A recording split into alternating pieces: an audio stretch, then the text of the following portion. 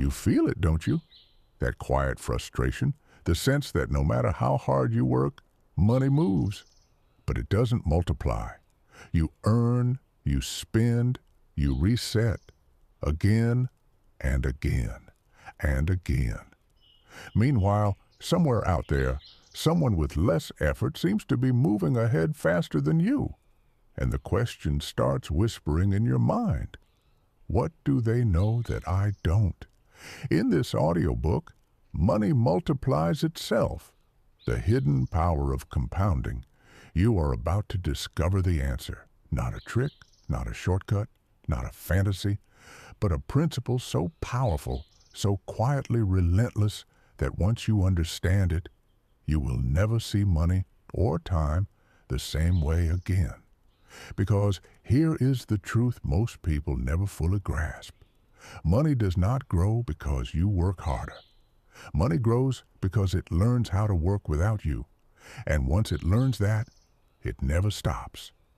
This audiobook is your guide into that world, a world where small becomes unstoppable, where time becomes your greatest ally, where patience turns into power. Together, we will walk through 25 chapters. You will understand why time is more valuable than money, why consistency beats intensity, why discipline compounds just like wealth, why most people stay stuck, not because they lack income, but because they lack understanding, and most importantly, how to build a system where your money begins to multiply itself.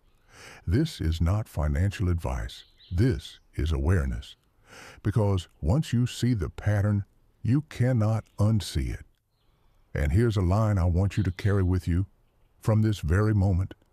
Money doesn't respond to effort. It responds to structure. If that hits something inside you, then stay with me. Because in the next chapter, we're going to uncover the first and most dangerous lie that keeps people poor, even when they earn more. And once you see it, you'll realize it's been shaping your life this entire time. Chapter 1. The Illusion of Linear Effort. Most people believe in a straight line. Work more, earn more, simple, logical, comfortable, and completely wrong. Because life, especially money, does not follow a straight line. It follows curves. Slow at first, almost invisible, then suddenly unstoppable. But here's the problem.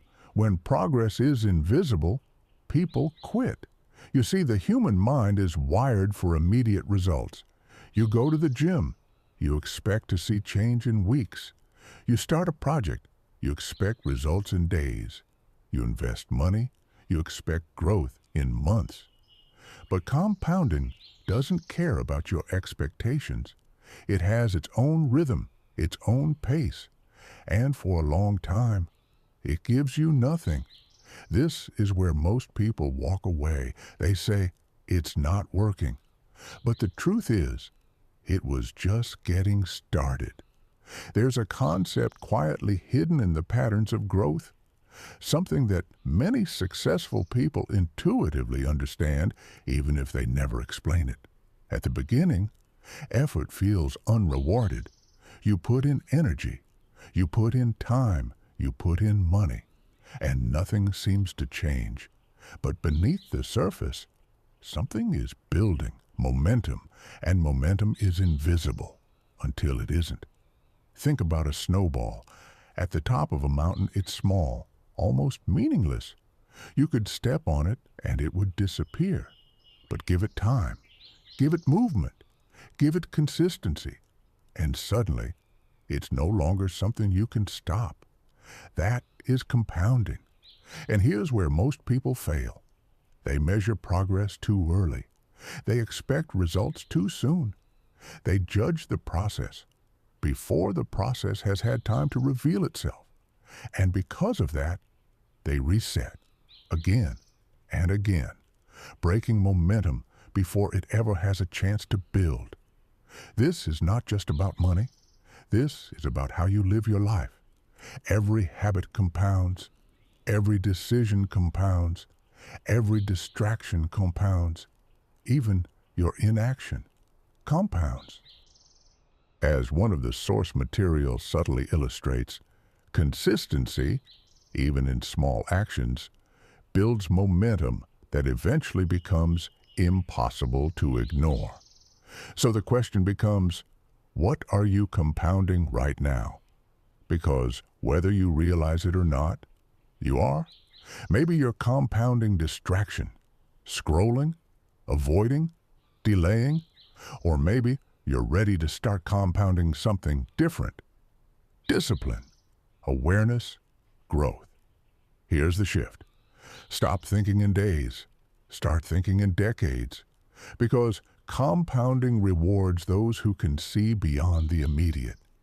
It rewards those who are willing to look at something small and believe in what it will become. That belief is rare, and that's why results are rare. But if you can hold that belief, if you can stay consistent when nothing is happening, you are already ahead of most people, because you understand something they don't, that the beginning always feels like nothing until it becomes everything. And in the next chapter, we're going to uncover the force that makes compounding possible in the first place, the one resource that, once lost, can never be recovered, and the one advantage that quietly separates those who struggle from those who multiply. Chapter 2. Time, the silent multiplier. There is one resource you spend every single day, whether you're aware of it or not, whether you use it wisely or waste it completely. It moves. It never pauses. It never negotiates. It never comes back. Time. And here's the truth most people learn too late. Time is not just passing. It is multiplying everything attached to it. Your habits, your money, your mindset, your direction. Time is neutral, but what you feed into it determines what it gives back. In the previous chapter, you saw how compounding works like a snowball, slow at first, then unstoppable. Now understand this. Time is the mountain. Without it, nothing rolls. Without it, nothing grows. Without it, nothing compounds. You see, people think money creates wealth. But money without time is just effort trapped in the present. Time is what turns effort into exponential results. And here's the part that hits hard. Most people don't respect time until they feel they've lost it. They say, I'll start next year. I'll invest later. I'll get serious when things settle down. But time doesn't wait for clarity. It doesn't pause for comfort. It doesn't care about your excuses. It simply continues and compounds whatever you've been doing. That means if you delay, you're not staying in the same place. You're compounding delay. You're building a future where starting becomes harder, where catching up becomes heavier, where regret becomes louder. And this is where the real pain begins. Because deep down, you know that starting earlier would have changed everything. You know that consistency over years beats intensity over weeks. You know that time was always the missing piece. And still, you hesitate. Let me shift your perspective. Imagine two people. One starts small, very small, barely noticeable. They invest a little. They improve a little. They grow a little. But they start early. The second person waits. They want the perfect moment, the perfect plan, the perfect confidence. Years pass, then they start. But now they're in a rush. They try to compensate with bigger effort, bigger risk, bigger moves. But they're missing something the first person had all along: time. And no amount of intensity can fully replace it, because compounding doesn't reward urgency. It rewards duration. This is why the gap between people grows so dramatically over time. Not because one is smarter, not because one is more talented, but because one started earlier and stayed consistent longer. And here's something subtle but powerful. Time doesn't just multiply money. It multiplies identity. The person who invests consistently for 10 years becomes someone different, more disciplined, more aware, more patient, while the person who delays becomes someone else, more reactive, more anxious, more pressured. Time is shaping you while you're trying to use it. So the real question isn't just, how much time do you have? The real question is, what is your time turning you into? Because every day, you are becoming the result of your repeated actions, and those actions are being multiplied quietly by time. There's a powerful idea echoed in one of the reference transcripts that starting early is not just about money, but about reducing stress, pressure, and the need to chase later in life. Think about that. This isn't just about wealth. This is about peace.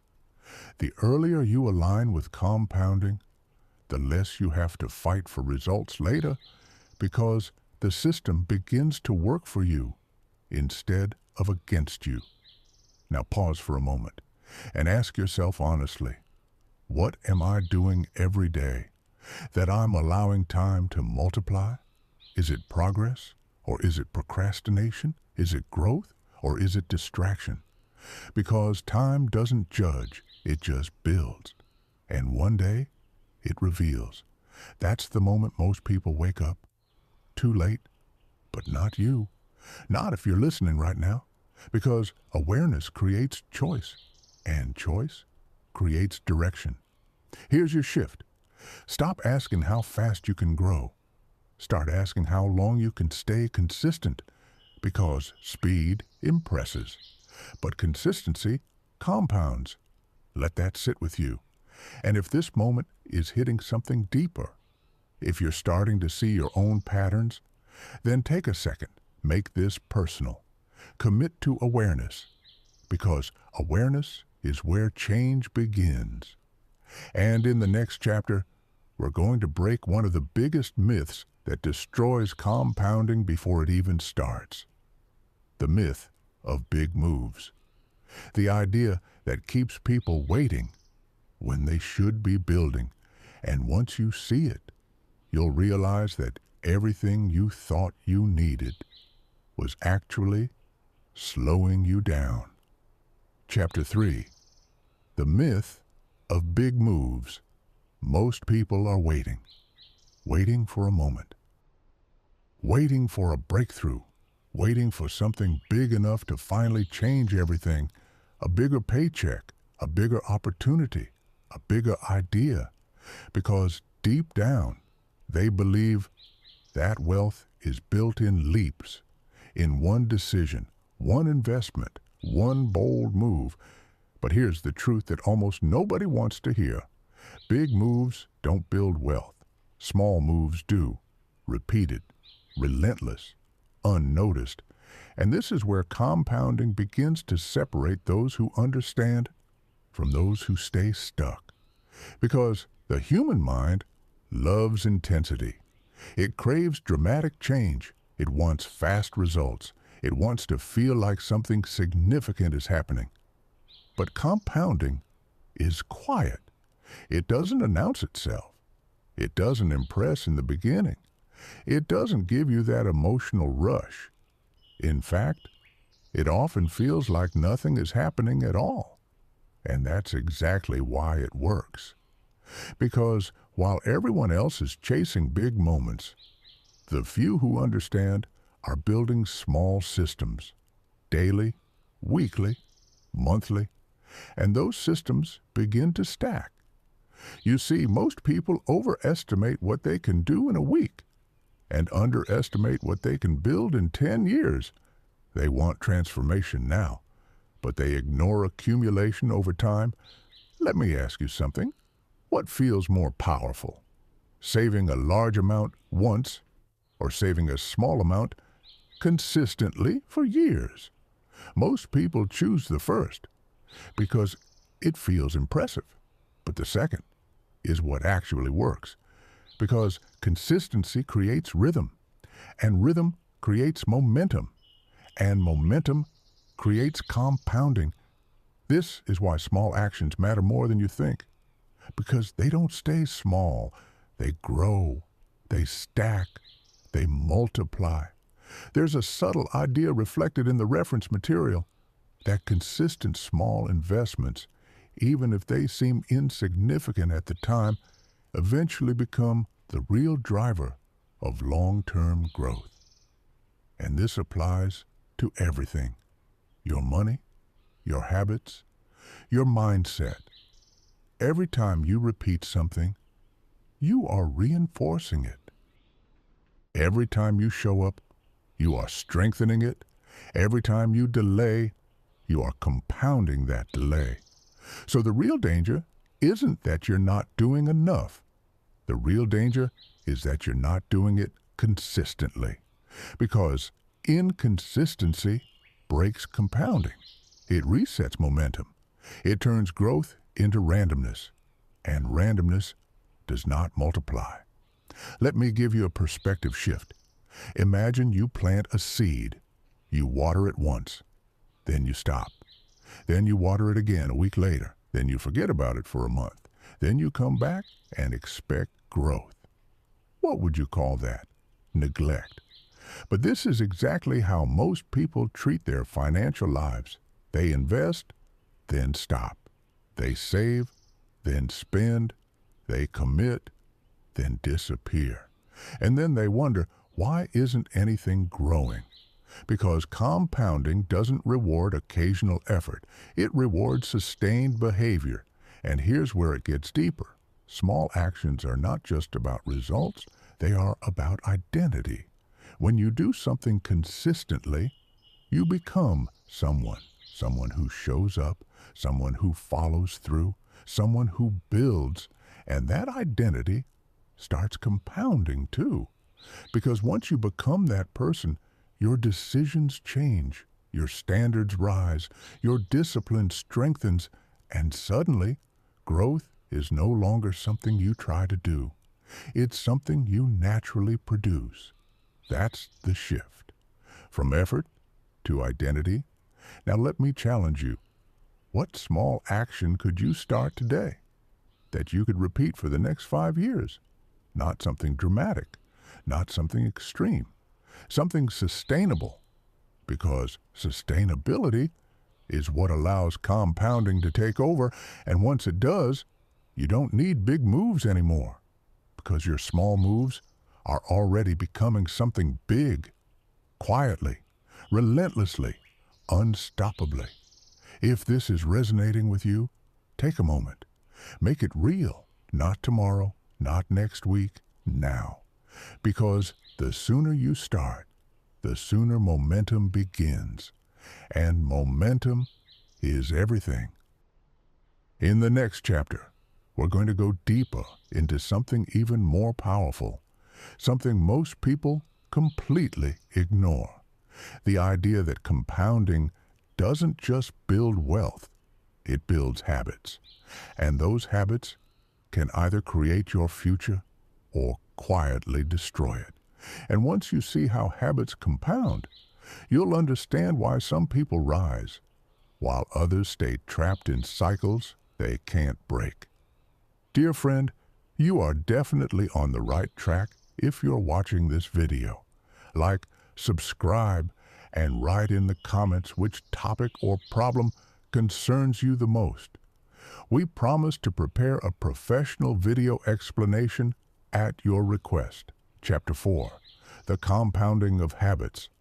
Compounding is not just happening in your bank account. It is happening in your behavior every single day. Every decision you repeat, every action you reinforce, every thought you allow to stay is being multiplied quietly. You don't notice it at first because habits feel small, harmless, almost invisible. You tell yourself, it's just one day, it's just one choice, it doesn't really matter. But compounding doesn't ask how big something is. It only asks one question. Will this be repeated? Because repetition is the gateway to multiplication. And once something enters that cycle, it grows. Let me make this real for you. If you save a small amount every day, it compounds.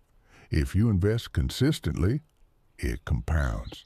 But if you delay every day, if you procrastinate, if you choose comfort over growth, that compounds too.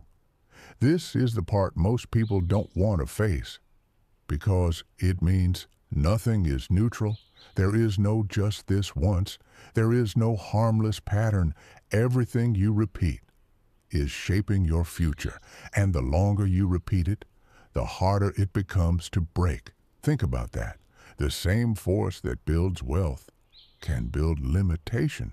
The same principle that creates freedom can create cycles you feel stuck inside. That's why some people feel like they're not moving forward. Not because they lack intelligence, not because they lack opportunity, but because they've been compounding the wrong habits for years. And now those habits feel like identity, like personality, like something they can't change. But here's the truth. You're not stuck. You're just consistent. Consistent in patterns that don't serve you. And consistency is powerful. Whether it's building you or breaking you, there's a powerful parallel in the reference material. The idea that daily actions, even the smallest ones, build your future brick by brick, whether you realize it or not. So now, the question shifts. Not, what should I do? But what am I already repeating? Because your life is not defined by what you intend. It is defined by what you repeat. And repetition is where compounding lives. Let's go deeper. Habits remove decision-making, and that's both powerful and dangerous. Because once something becomes automatic, you stop questioning it.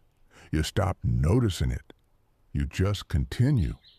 That's why good habits feel effortless over time, and bad habits feel impossible to break. Not because they're stronger, but because they've been repeated longer. They've had more time to compound.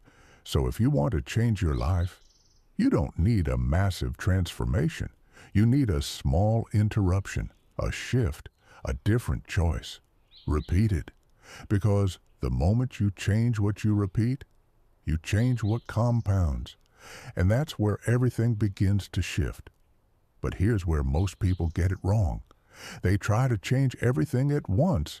New routine, new system, new mindset, all in one moment, and it fails. Because compounding doesn't respond to overload. It responds to consistency. So instead of asking, how can I change my whole life? Ask this. What is one habit I can repeat daily without fail? One. Because one consistent habit will outperform 10 inconsistent ones. Every time. And once that one habit locks in, you add another, and another, and another. And suddenly, you're not forcing change anymore. You're building it naturally, systematically, powerfully. This is how compounding begins to take over your life, not through intensity, but through alignment. Your actions align with your goals. Your habits align with your identity, and your time amplifies everything. Now pause and reflect. What habit have you been repeating that you know is holding you back? Be honest. Because awareness is the first interruption, and interruption is the beginning of change. If this moment is hitting something real, if you're starting to see your patterns clearly, then don't just listen, decide, because the next action you repeat is not just an action, it's a seed, and time is about to multiply it. In the next chapter, we're going to explore something even deeper, something most people misunderstand completely. The role of patience, why it feels slow, why it feels frustrating, and why it is the ultimate advantage in a world addicted to speed. Because once you understand patience, you stop fighting the process and start working with it. Chapter 5. The Power of Patience in a World That Rushes. We live in a world that rewards speed, fast results, fast money, fast success. Everything is instant. You tap a screen, you get a response. You order something, it arrives tomorrow. You post something, you expect validation within minutes. And without realizing it, you begin to expect life to work the same way. But compounding does not live in that world. It lives in a different timeline, a slower one, a deeper one, a more powerful one. And this is where most people disconnect from it, because patience feels like nothing is happening. You invest, you save, you build, and the results are small, almost disappointing. You look at your progress and think, is this even worth it? And that thought is where most people walk away. Not because compounding failed, but because they couldn't stay long enough to see it work. Patience is not just waiting, it is staying committed when the results are invisible. Let that sink in. Because that is the difference. Anyone can act when results are obvious. Anyone can stay motivated when progress is visible. But very few people can stay consistent when nothing seems to be changing. And that is where compounding begins to separate people. Because patience is not passive. It is active discipline. It is showing up again without proof. It is continuing forward without validation. It is trusting a process before it rewards you. And that is rare, because most people don't lack knowledge. They lack emotional control. They start strong. They feel motivated. They believe in the process. But then time passes and nothing dramatic happens. And doubt begins to grow. They start questioning. Maybe this isn't working. Maybe I need something faster. Maybe I should try something else. And just like that, they break the cycle. They interrupt compounding. They reset momentum, and they go back to the beginning without even realizing it. There's a subtle lesson echoed in the reference material that people often underestimate long-term growth because they expect short-term proof, and that expectation causes them to quit early. Think about that. It's not the strategy that fails. It's the patience. Now let me give you a shift. Patience is not about time. It's about belief. Belief that what you're building is working, even when you can't see it yet. Because beneath the surface, things are happening. Systems are forming. Habits are strengthening. Momentum is building quietly. And one day, it shows. Suddenly, unexpectedly, powerfully. That's the nature of compounding. It hides until it reveals. And when it reveals, it looks like overnight success. But you know the truth. It was never overnight. It was built in silence over time through patience. So instead of asking, how long will this take? Ask, am I willing to stay until it works? Because that question changes everything. It shifts you from chasing results to committing to the process. And the process is where compounding lives. Now here's the deeper layer. Patience protects you. It protects you from impulsive decisions, from emotional reactions, from chasing shortcuts that lead nowhere. Because when you are patient, you don't need to rush. And when you don't rush, you make better choices, stronger choices, more aligned choices. And those choices compound. That's how patience becomes power, not because it feels good, but because it keeps you in the game long enough to win. Now pause and ask yourself honestly, where in your life have you been impatient? Where have you expected results too quickly? Where have you walked away right before things could have changed? Because that awareness is not regret. It's clarity, and clarity gives you a second chance. Starting now, if this is resonating with you, take a moment, commit to patience, not as waiting, but as discipline. Because patience is not about slowing down. It's about staying long enough for growth to catch up with your effort.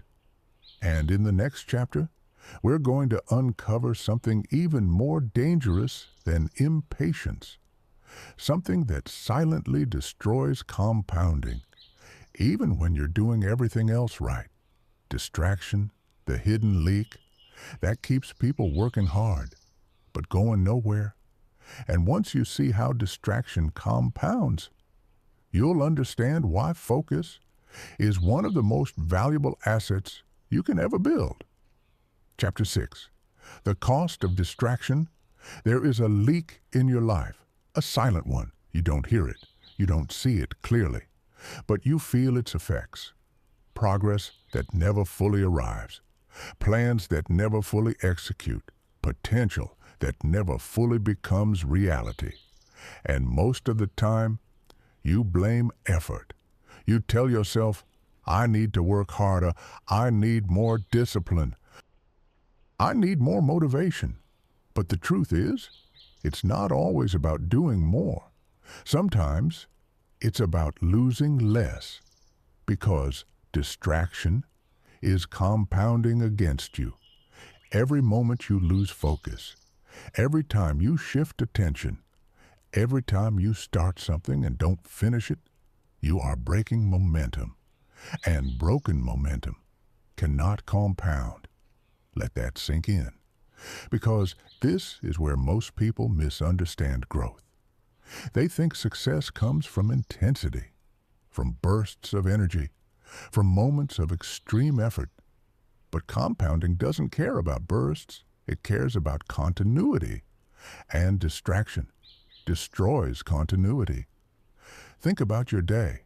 How many times do you switch tasks? How many times do you check your phone? How many times do you start something and then drift away from it?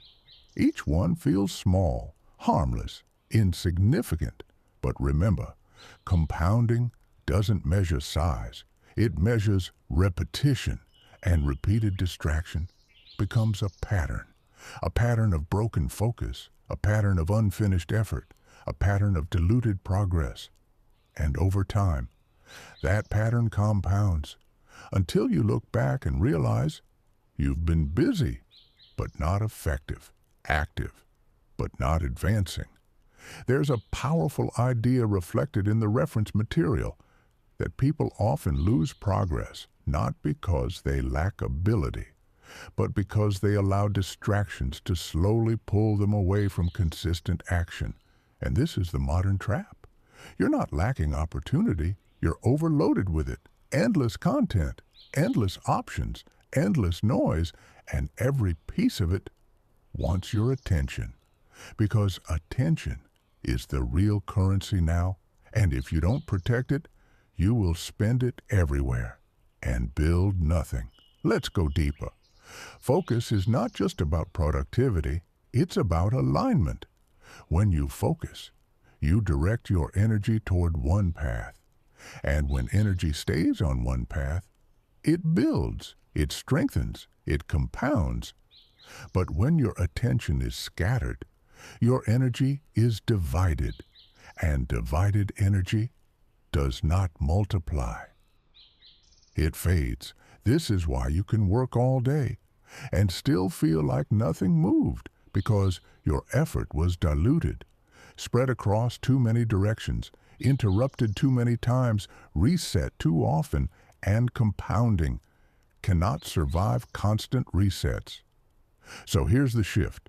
Stop asking, how can I do more? Start asking, What can I remove? Because every distraction you eliminate is not just time saved, it is momentum preserved. And momentum is where compounding begins to accelerate. Let me give you a simple truth. You don't need more time. You need fewer interruptions. Because when you reduce interruptions, your actions become deeper, more intentional, more consistent, and consistency is what compounds. Now here's where it gets even more real. Distraction doesn't just affect your time, it affects your identity.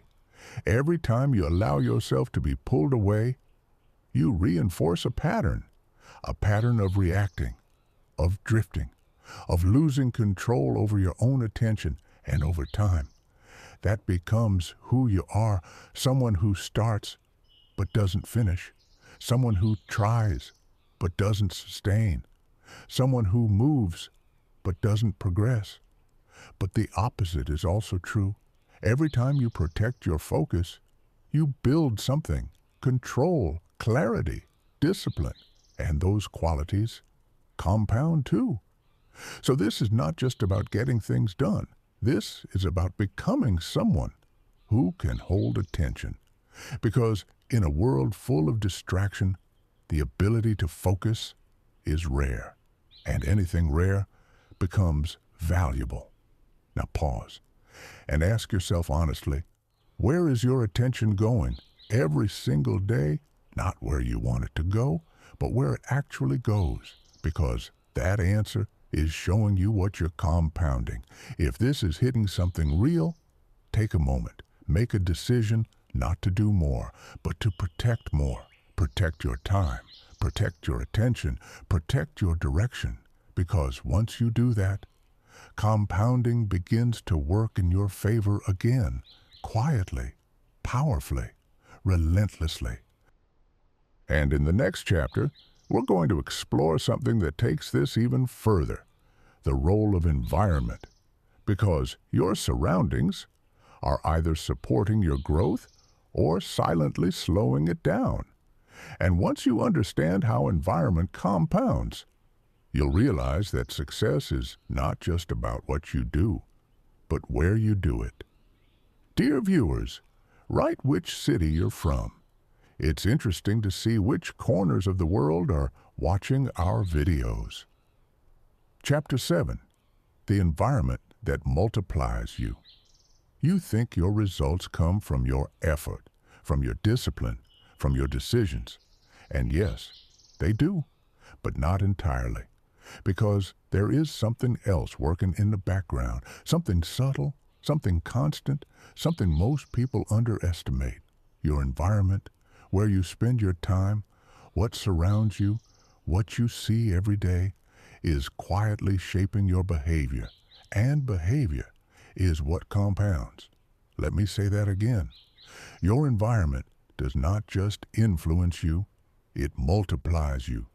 Because whatever your environment makes easy, you repeat. And whatever you repeat, compounds.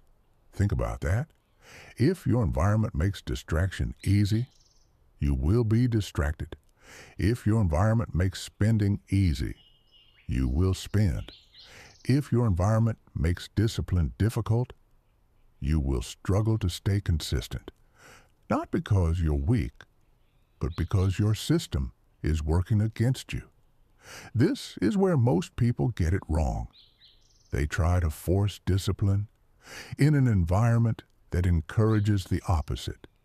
They rely on willpower while surrounded by triggers that break it, and then they blame themselves. But it's not just you, it's your setup, because environment removes friction or adds it, and friction determines behavior. Let's break this down. If your phone is always within reach, distraction is 1 second away. If your money is always accessible, spending is effortless. If your goals are not visible, they are easily forgotten. Every small detail in your environment is either pushing you forward or pulling you back. And over time, That push or pull compounds.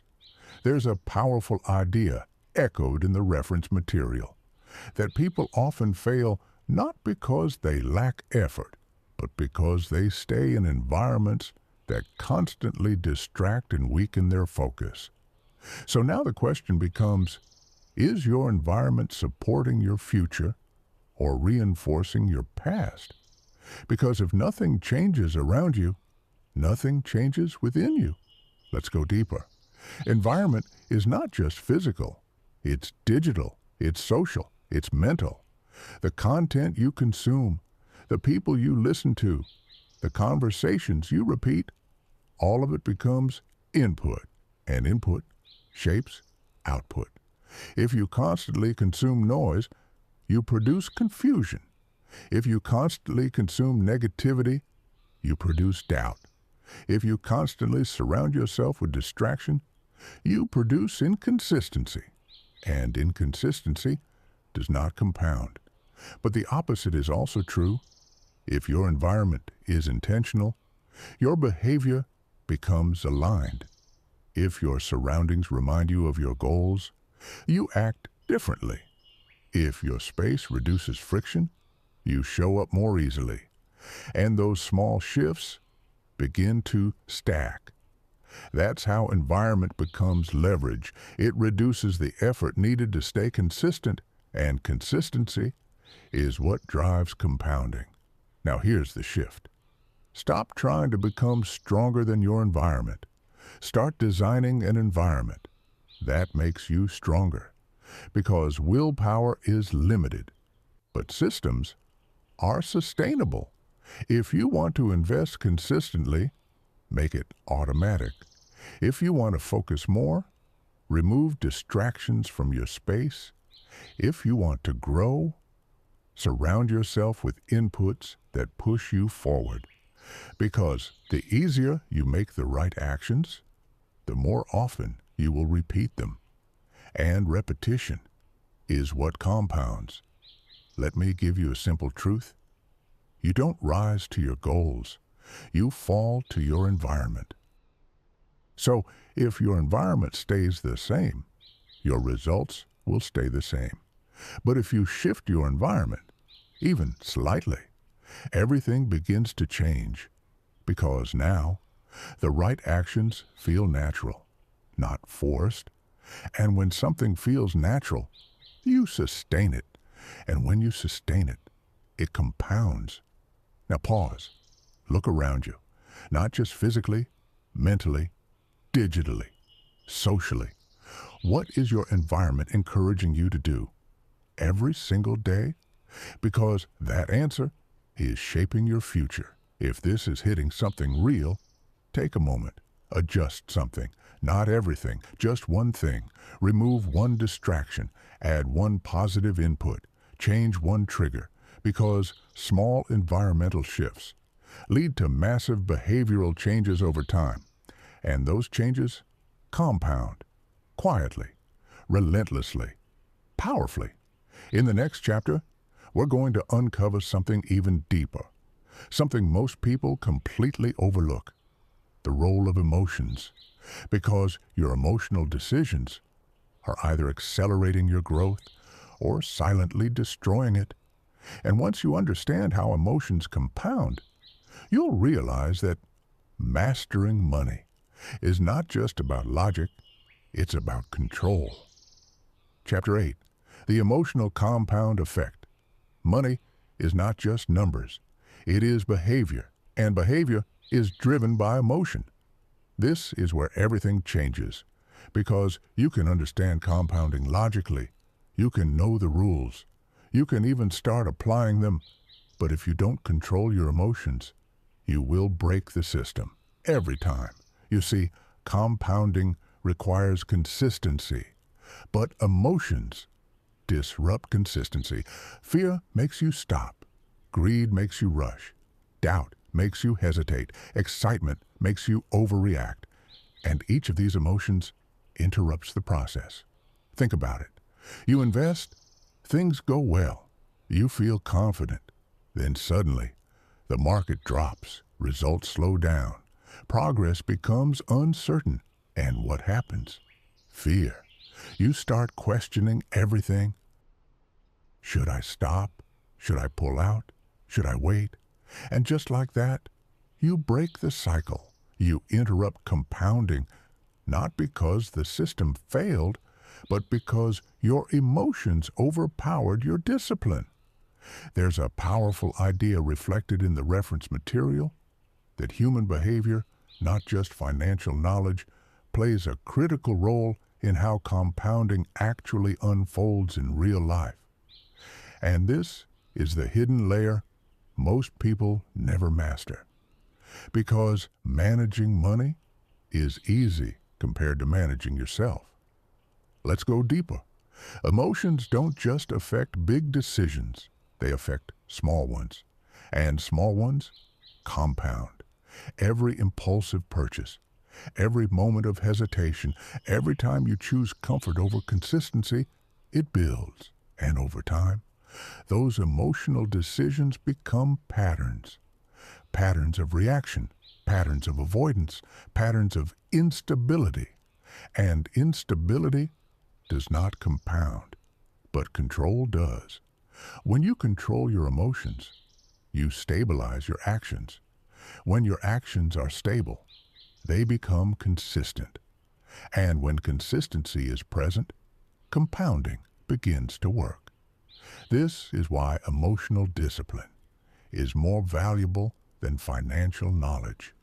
Because knowledge tells you what to do, but discipline ensures that you actually do it, especially when it's hard, especially when it's uncomfortable, especially when nothing is going your way.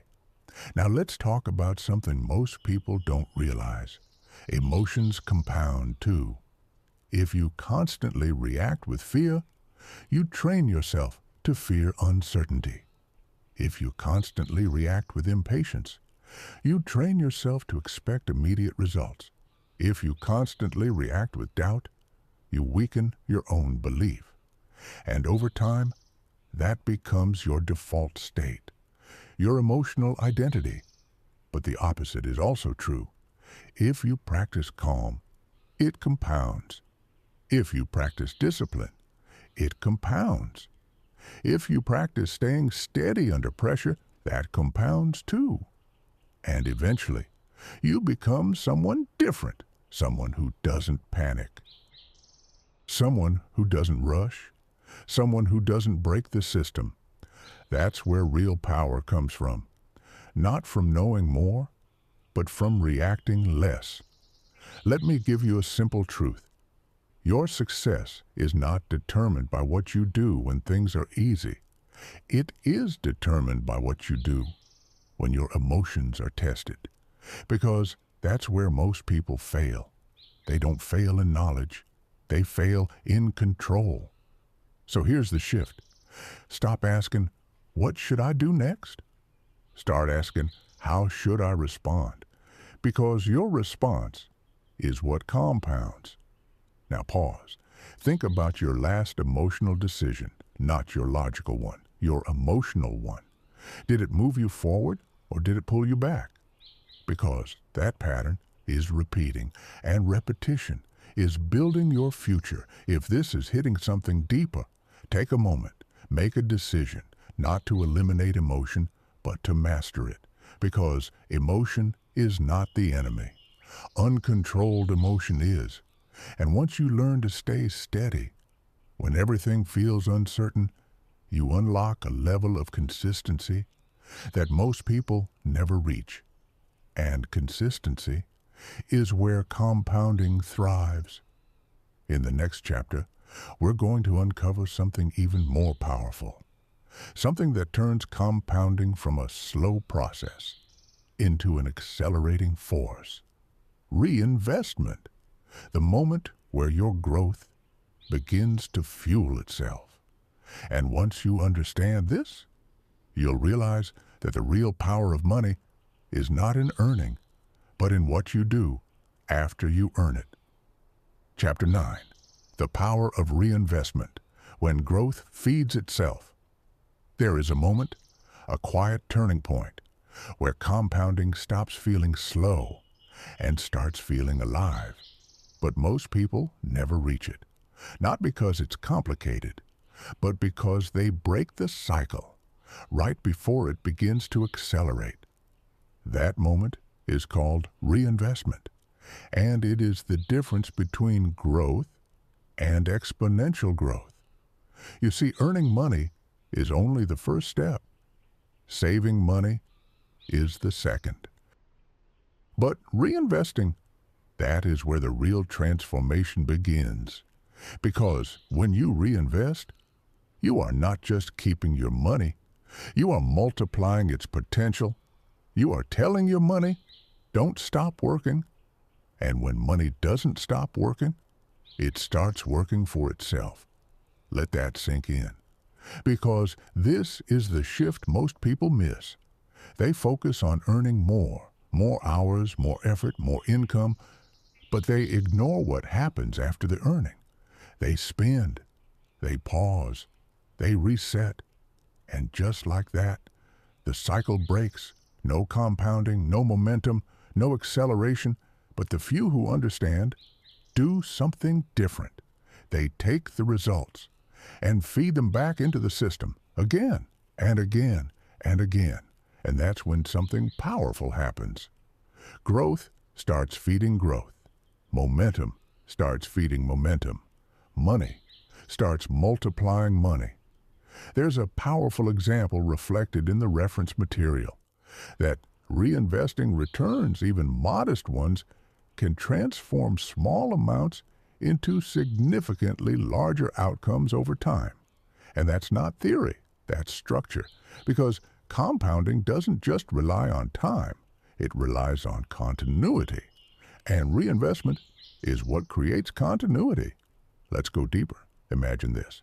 You plant a tree, it grows, it produces the fruit. Now you have two choices. You can consume all the fruit, or you can take some of those seeds and plant more trees. That is reinvestment. And over time, you don't just have one tree. You have an orchard. And eventually, the orchard produces more than you could ever consume. That's how wealth is built. Not by taking everything, but by recycling growth. Now here's where it becomes emotional, because reinvestment requires restraint. It requires you to delay gratification, to see money not as something to spend, but as something to deploy. And that's not easy, because the moment you see progress, you want to enjoy it. You want to reward yourself. You want to feel the result. And there's nothing wrong with that. But if you take everything, you leave nothing to grow. And without growth, there is no compounding, so the balance becomes critical. Enjoy some, but reinvest enough to keep the system alive. Because once the system gains momentum, it becomes something else entirely. It becomes self-sustaining. Let me explain. At the beginning, you are the engine. You provide the effort, you provide the input, you drive the system forward. But over time, if you reinvest consistently, the system starts to generate its own energy. Your past efforts begin producing results, and those results begin producing more results without additional effort. That is the moment everything changes, because now you are no longer working for growth. Growth is working for you. And this is why reinvestment is so powerful. It transforms effort into leverage. It turns time into acceleration. It turns small beginnings into exponential outcomes. But here's the truth. You won't feel it immediately. At first, it feels slow. It feels like you're holding back, like you're delaying rewards. But what you're really doing is building a system that will reward you far beyond what you could take now. This is the mindset shift from consumption to creation, from spending to multiplying, from short-term satisfaction to long-term freedom. Now pause and ask yourself honestly, what am I doing with my results? Am I consuming them or am I reinvesting them? Because that answer determines whether you stay in a cycle or build a system. If this is resonating with you, take a moment. Make a decision, not just to earn, but to multiply. Because earning gets you started, but reinvestment is what keeps you growing. And in the next chapter, we're going to uncover something even more powerful, something that determines how fast your compounding accelerates. The rate of growth. Because not all growth is equal. And once you understand how to influence the rate, you stop guessing and start building with intention. Chapter 10. The rate of growth. Small differences, massive outcomes. Not all growth is equal. That's the part most people miss. They think, as long as I'm growing, I'm fine. But compounding is sensitive. It responds to small differences in ways that become massive over time. A slight increase in growth rate can completely change your future. A small decrease can quietly limit everything you build. And here's the dangerous part. At the beginning, you can't see the difference. Two paths look almost identical. Two people seem to be making the same progress. Two strategies appear equally effective. But time reveals the gap. And when it does, it's no longer small, it's enormous. This is the nature of exponential growth. Tiny advantages become unstoppable advantages. Tiny inefficiencies become massive losses, and most people never notice it early enough. There's a powerful idea reflected in the reference material that even modest improvements in return rates, when compounded over time, can dramatically change the final outcome. So now the question becomes, what determines your rate of growth? Because once you understand that, you stop drifting and start designing your future. Let's break it down. Your growth rate is influenced by a few key forces: consistency, reinvestment, focus, decision quality. Each one acts like a multiplier, and even a small improvement in any of them changes everything over time. Let's start with consistency. If you show up 90% of the time instead of 70%, that difference compounds. Not immediately, but over months, over years, it creates a gap in skill, a gap in discipline, a gap in results. And that gap keeps growing. Now think about reinvestment. If you reinvest a little more, just slightly more, that extra growth feeds itself. And over time, it accelerates beyond what you expect. Then there's focus. If your energy is concentrated instead of scattered, your results deepen, your progress strengthens, and that strength compounds. But if your attention is divided, your growth slows, and slow growth, compounded over time, becomes stagnation. Now let's go even deeper.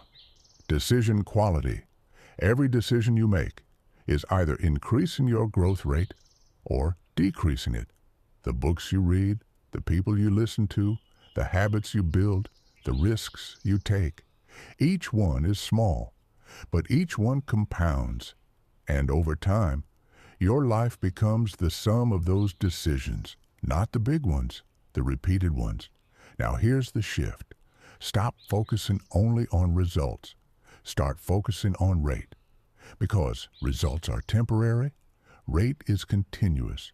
Results show where you are. Rate determines where you're going. Let me give you a simple truth.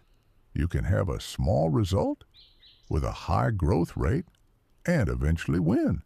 Or you can have a big result with a low growth rate and eventually fall behind. Because compounding amplifies direction. So if your direction is slightly off, time will magnify that error.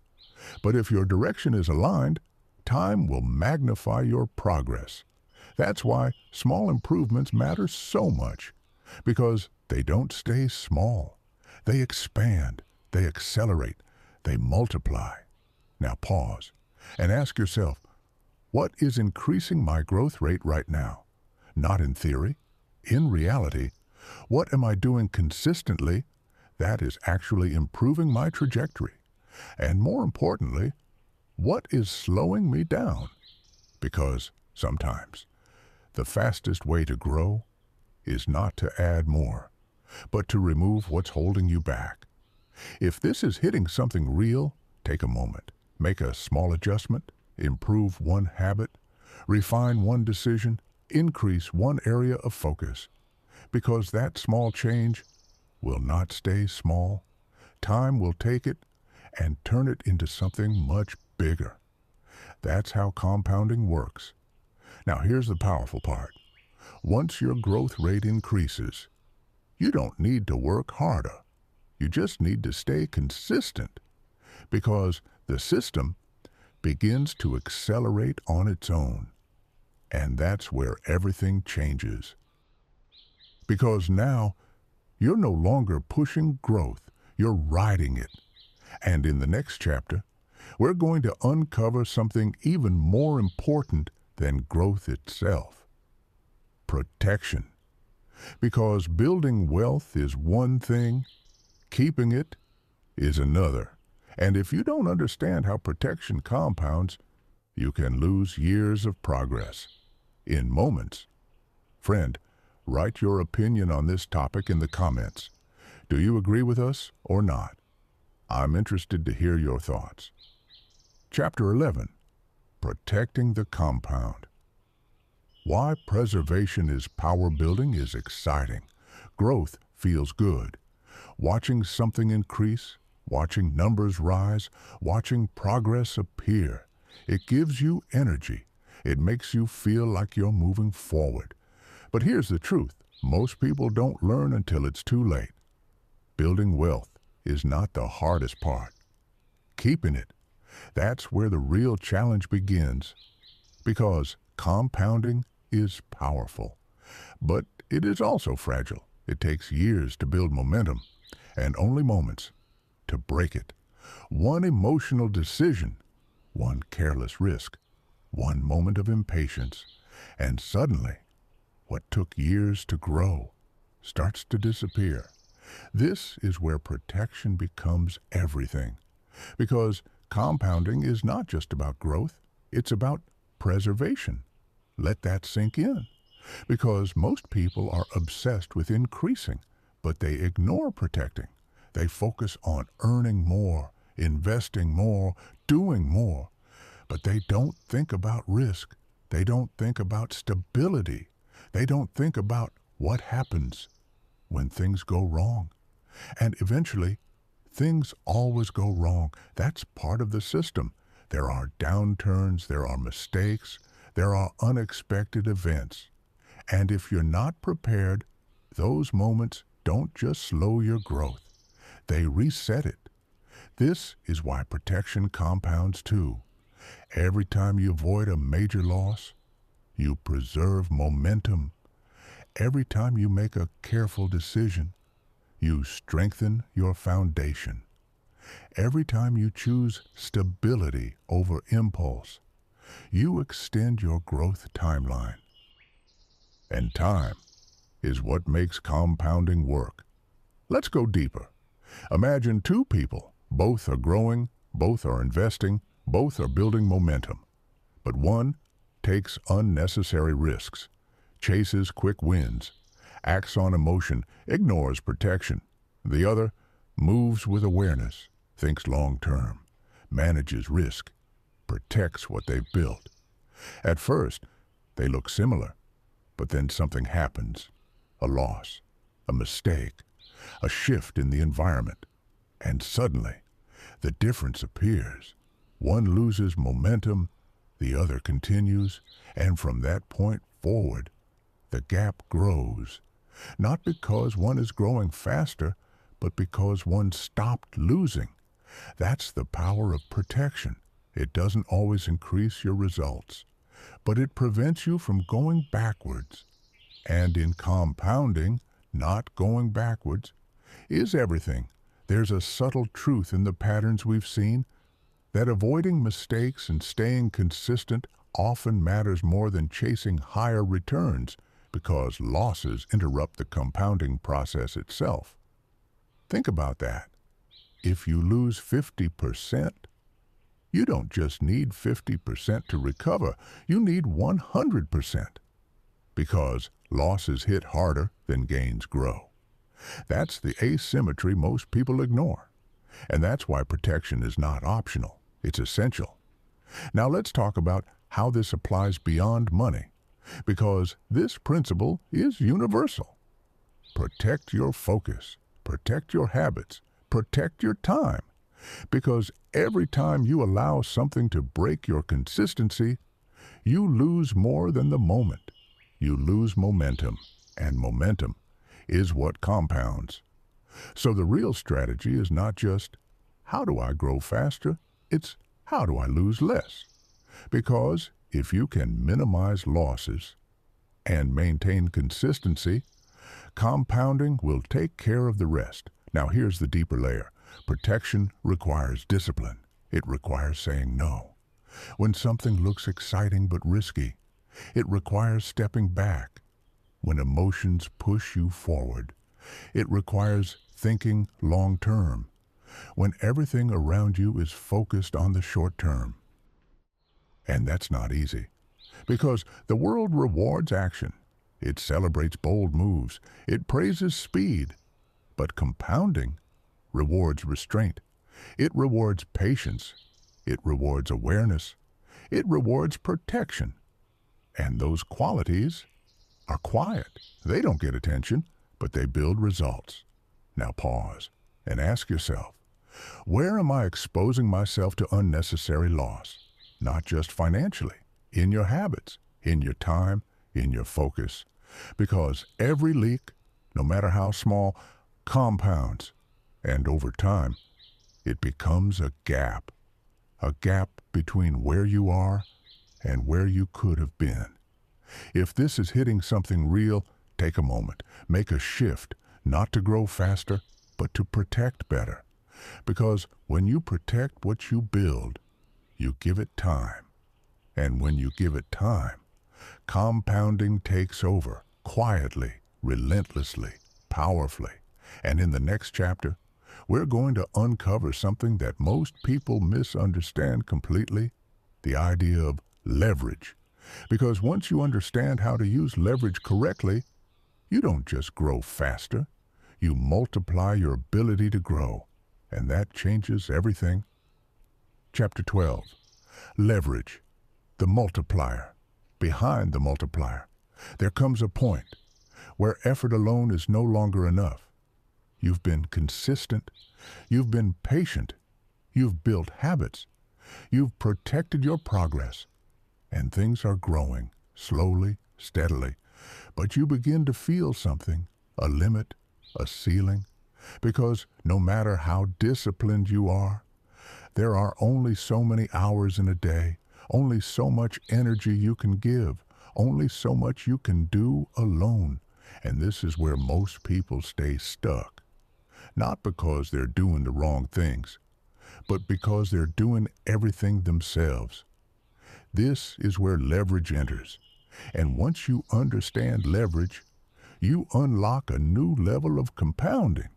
Because leverage is what allows your effort to expand beyond you. Let that sink in, because this is the shift from working to multiplying.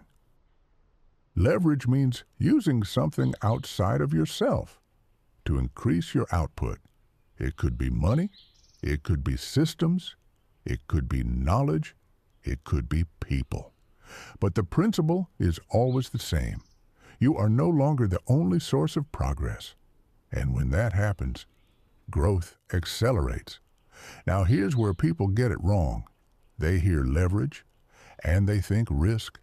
They think borrowing. They think shortcuts. They think fast gains. And that's dangerous. Because misuse of leverage doesn't just amplify growth, it amplifies mistakes, and mistakes compound too. So leverage must be built on top of discipline, on top of consistency, on top of awareness. Because without a strong foundation, leverage becomes a liability. But with the right foundation, leverage becomes a force. Let's break it down.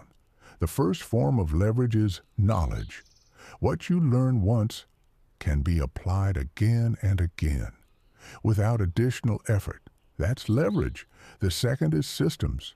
When you automate something, you remove the need for constant attention, and that consistency compounds.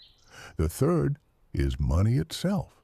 When your money is working while you're not, that's leverage, because now your growth is not limited to your time.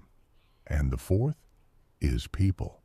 When you collaborate, when you build with others, when you align with the right individuals, your output multiplies because you're no longer operating alone. Now here's the powerful part. Leverage compounds, just like everything else. The more you use it correctly, the more it amplifies your results. But the more you misuse it, the more it amplifies your losses. That's why understanding leverage is not optional, it's essential. There's a subtle idea reflected across high-level thinking, that true growth comes not just from effort, but from structuring systems that continue working even when you're not actively involved. Think about that. That's the ultimate form of compounding, growth, without constant input. Now let's go deeper. Leverage changes your role. At the beginning, you are the worker. You do everything, you control everything, you push everything forward. But as leverage increases, you become something else. A designer, a builder of systems, a director of energy. Instead of doing more, you structure better. Instead of pushing harder, you align smarter. And that's where exponential growth begins. Because now, your results are no longer tied directly to your effort. They are tied to your structure, and structure is what compounding responds to. Let me give you a simple truth. If you rely only on your time, your growth will always be limited. But if you build leverage, your growth becomes scalable. And scalability is where compounding accelerates. Now pause and ask yourself, where am I relying only on effort when I could be building leverage? Where am I repeating something manually that could be systemized? Where am I limiting my growth because I'm trying to do everything myself? Because those answers reveal your next level. If this is resonating with you, take a moment. Think differently, not about doing more, but about multiplying what you already do. Because leverage is not about replacing effort, it's about expanding it. And when effort expands, results multiply. Quietly, powerfully, relentlessly. And in the next chapter, we're going to uncover something even more important, the long game. Because compounding only reveals its true power to those who stay long enough to see it. And once you understand the long game, you stop chasing quick wins and start building something that lasts. Chapter 13, The Long Game, where compounding reveals its power. Most people don't fail because they lack effort.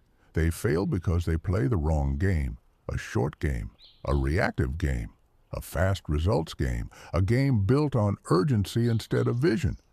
And in that game, compounding cannot survive, because compounding is not built for speed, it is built for time. And time only rewards those who stay. Let that settle in, because this is where everything separates. The ones who chase quick wins and the ones who build lasting growth. At first, the fast players seem ahead. They move quickly. They see immediate results. They feel momentum, and it looks impressive, but it doesn't last, because fast wins often come without structure, without consistency, without foundation, and without those. There is nothing to compound. So what happens? They rise quickly and fall just as fast.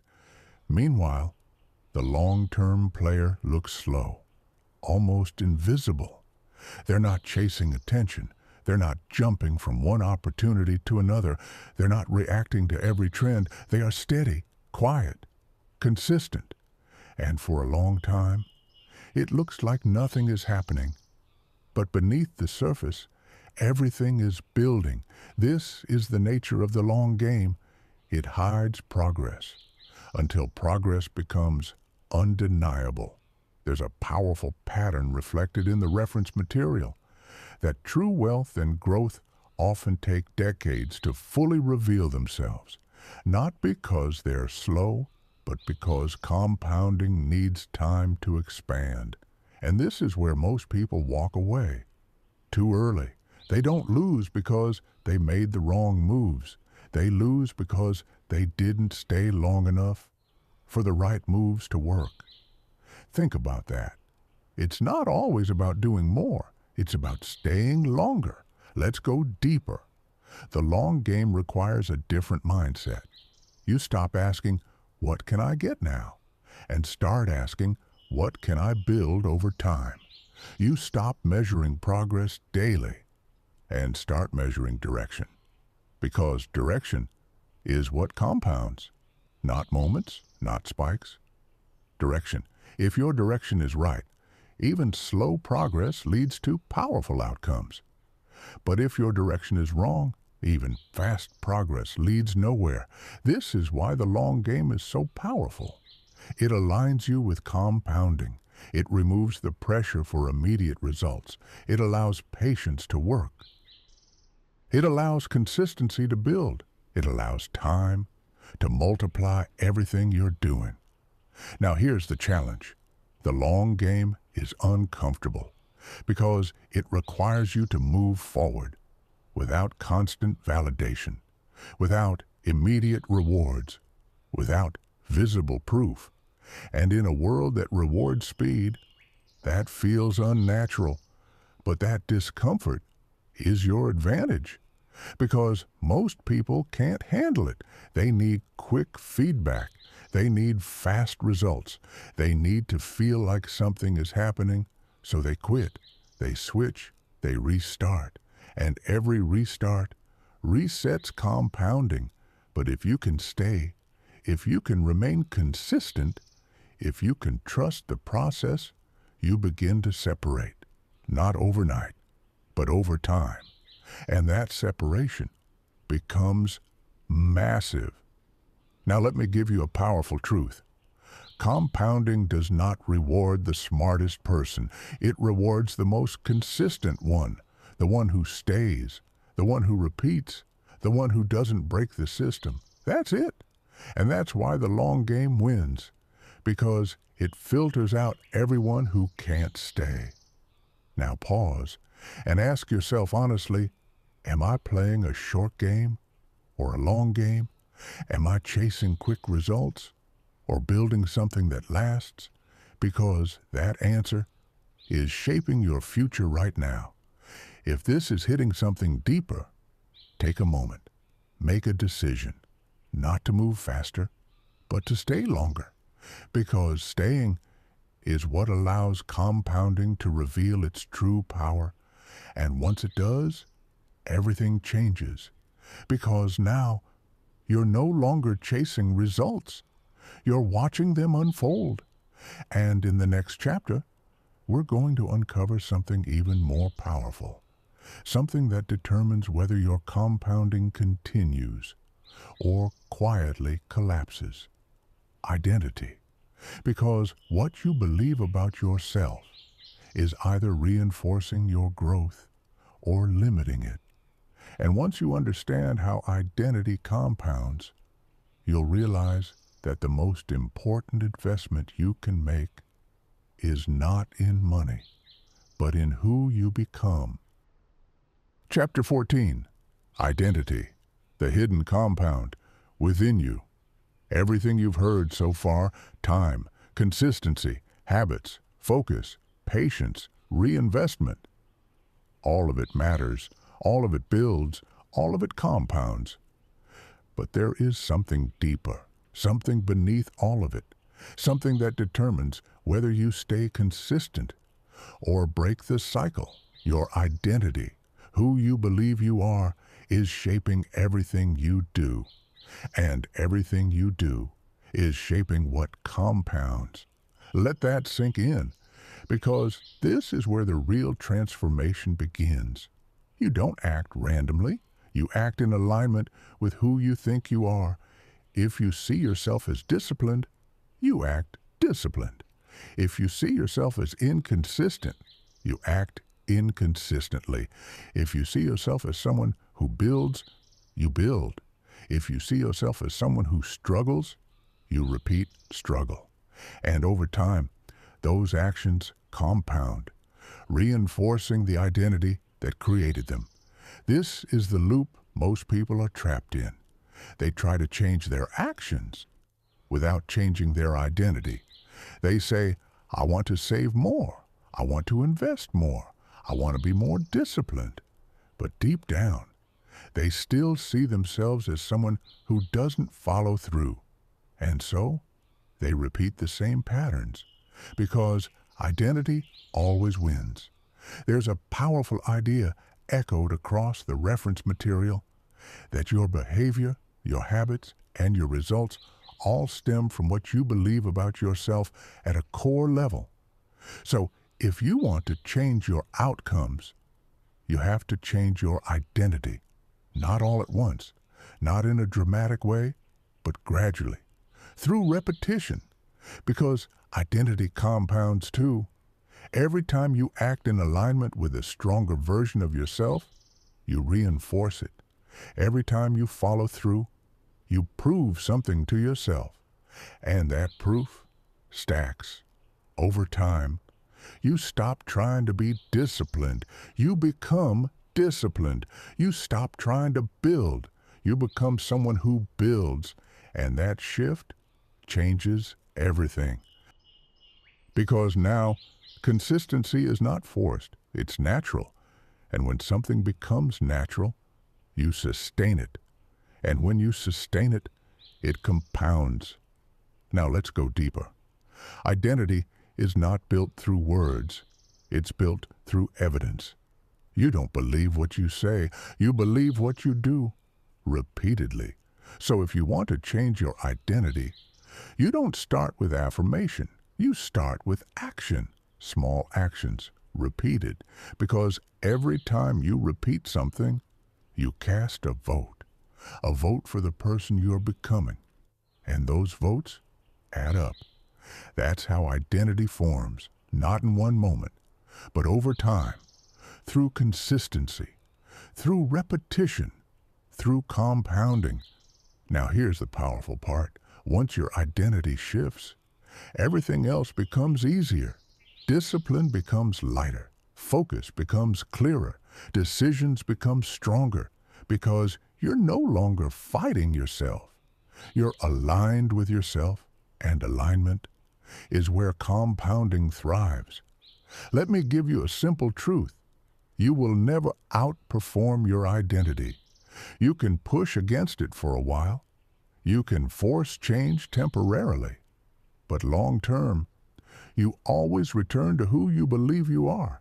So if you want long-term growth, you need long-term identity change.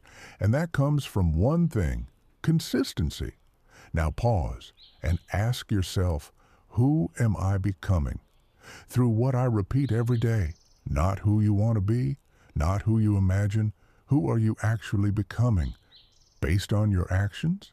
Because that answer is your trajectory. If this is hitting something deeper, take a moment. Choose a new identity, not in words, in actions. One action that aligns with the person you want to become. Repeat it daily, without exception, because over time, that action will stop feeling like effort and start feeling like you. And when that happens, compounding becomes effortless because you are no longer trying to build a system. You are the system.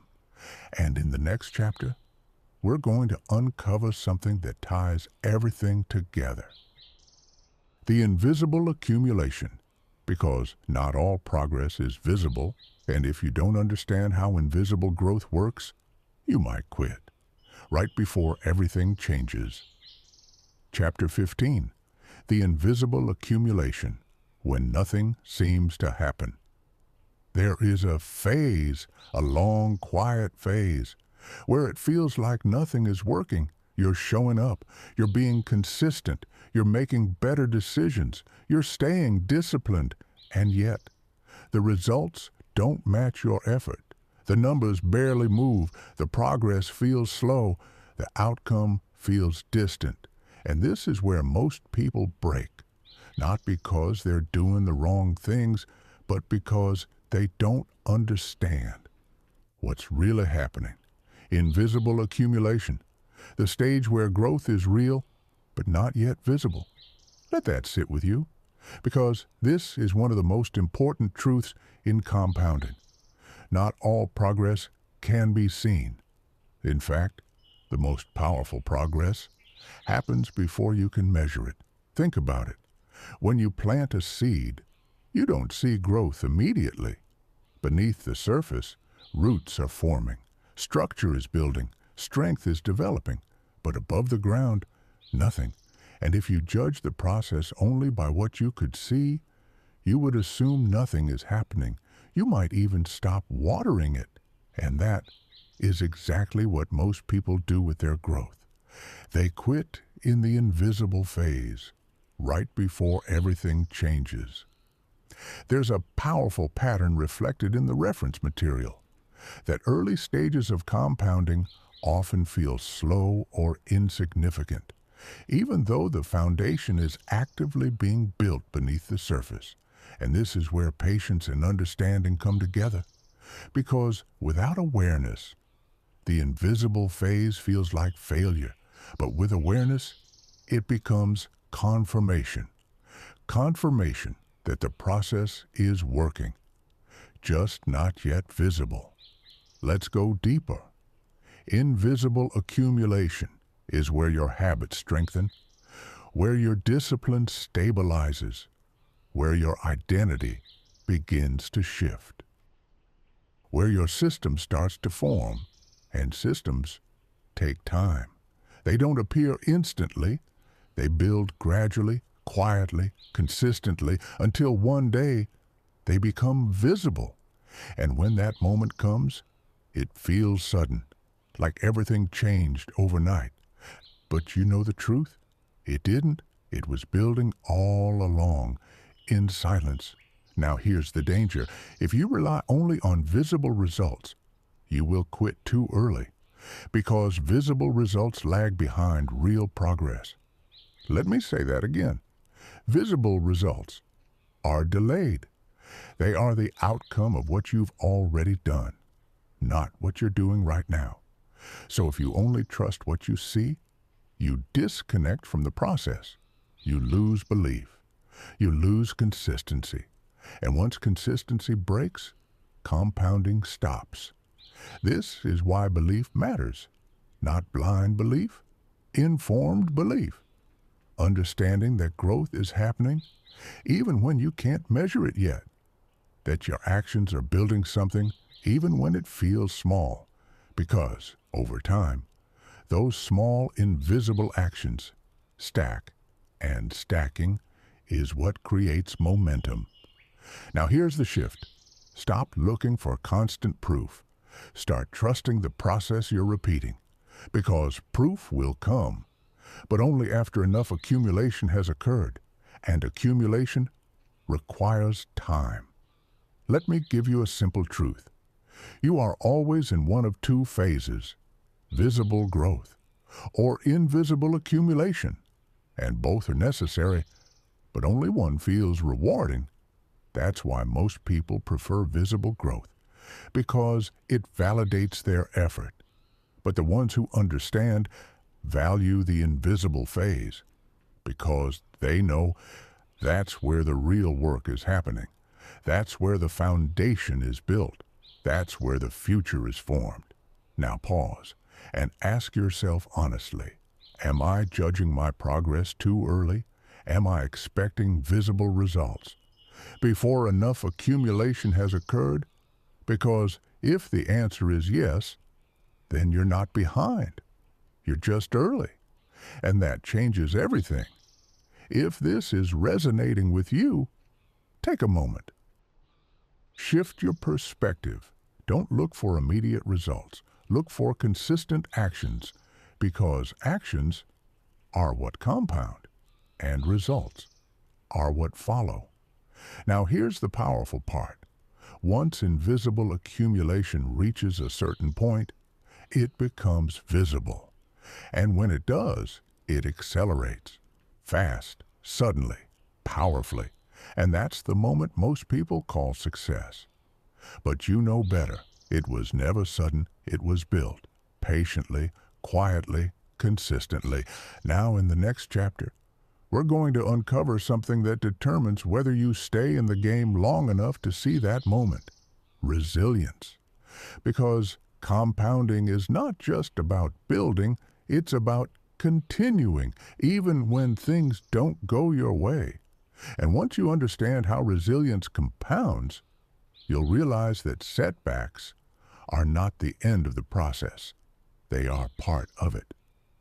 Chapter 16, Resilience, the compound of staying power.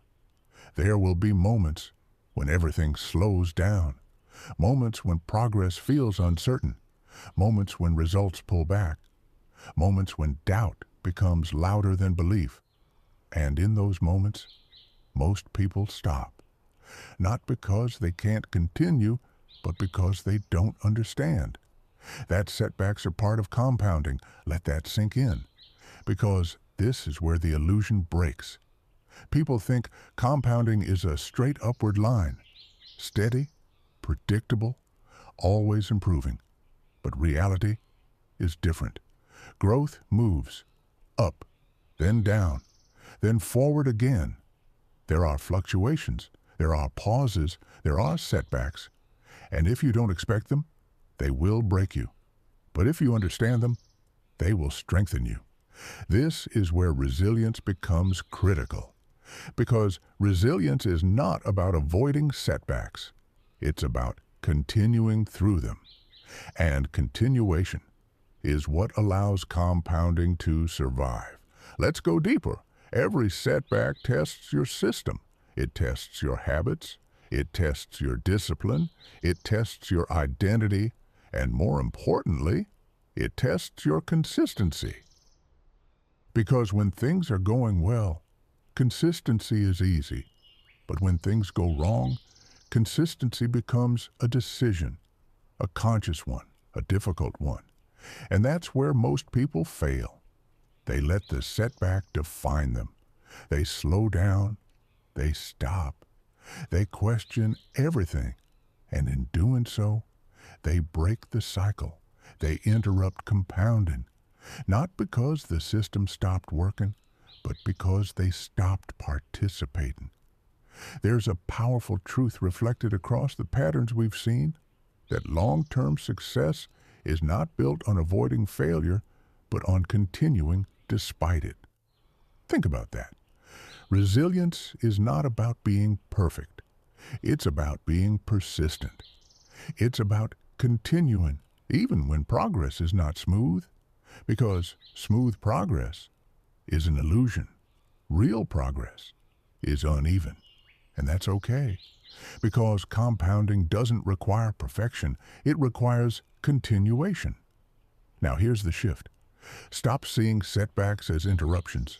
Start seeing them as part of the process, because every time you continue, despite difficulty, you strengthen something: your discipline, your mindset, your identity, and those qualities compound. Over time, You become harder to stop, less reactive, more stable, more consistent. And consistency is what drives everything. Now let's go even deeper. Resilience builds confidence, not the kind that comes from success, but the kind that comes from survival, from knowing that even when things go wrong, you don't stop. And that confidence changes how you move. You take better risks. You make stronger decisions. You stay in the game longer. And staying is where compounding wins. Let me give you a simple truth. You don't need to avoid setbacks. You need to outlast them, because setbacks are temporary, but compounding is cumulative. Now pause and ask yourself, how do I respond when things don't go my way? Do I stop? Do I slow down? Do I question everything? Or do I continue? Because that answer is determining whether your growth continues or resets.